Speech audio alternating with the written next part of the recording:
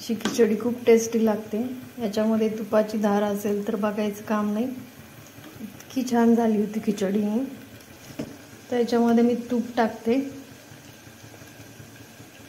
खूपच टेस्टी झाली होती।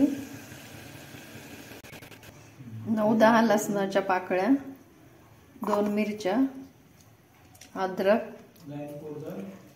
टोमॅटो, कोथिंबीर, कांदा, 2 मोठ्या आकाराचे कांदे, 3 मिरच्या कट करून घेतल्या, तेजपत्ता आणि शेंगदाणे आणि एवढी डाळ घेतली। त्याच्यामध्ये मी तांदूळ टाकले, त्याच्यामध्ये खोबरं टाकायचं आणि मिक्सरमध्ये फिरून घ्यायचं। जवळपास 1.5 वाटी हे तांदूळ आहे आणि अर्धी वाटी डाळ घेतली। अशा प्रकारे हे बारीक करून घेतलं। बटाटे पण कट करून घेतले, त्याच्यामध्ये हिंग आणि सुहाना मसाल्याचा बिर्याणी मसाला टाकणार आहे। तर इथं तेल गरम करून घेतलं, मोहरी टाकते मी,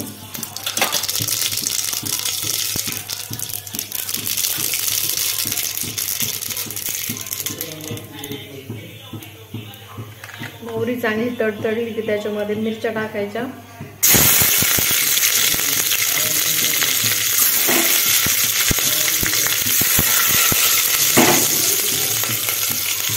त्याच्यामध्ये हिंग टाकायचं,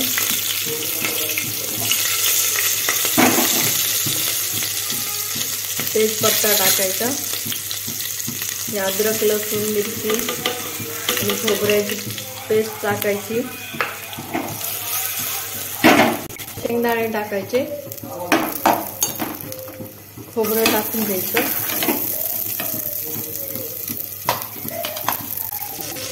त्याच्यामध्ये कांदा आणि शेंगदाणे टाकून घेतले आणि परतून घेतलं।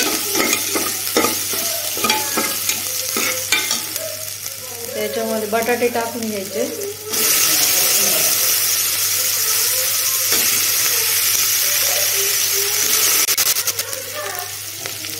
हळद टाकायची, हळद टाकून चांगलं परतून घ्यायचं। मग टोमॅटो टाकायचे,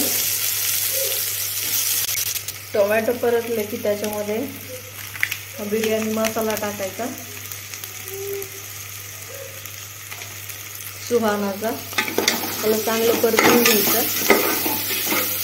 आपण याच्यामध्ये कोणतेही मसाले घातले नाही, फक्त मिरची एकच मसाला घातला, याची बिर्याणी सारखी टेस्ट येते।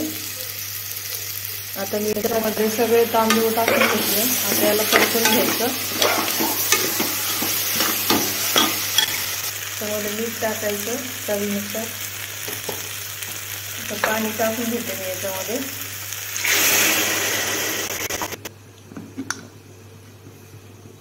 अशी चांगल्या प्रकारे खिचडी शिजते।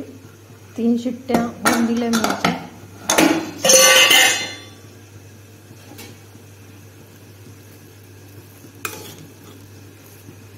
एकदम मऊ अशी खिचडी शिजली आहे।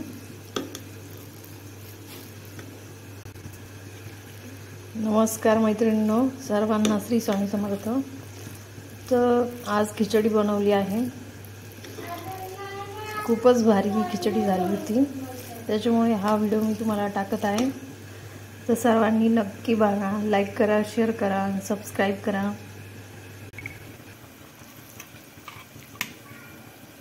अशी खिचडी खूप टेस्टी लागते। याच्यामध्ये तुपाची धार असेल तर बघायचं काम नाही, इतकी छान झाली होती खिचडी ही।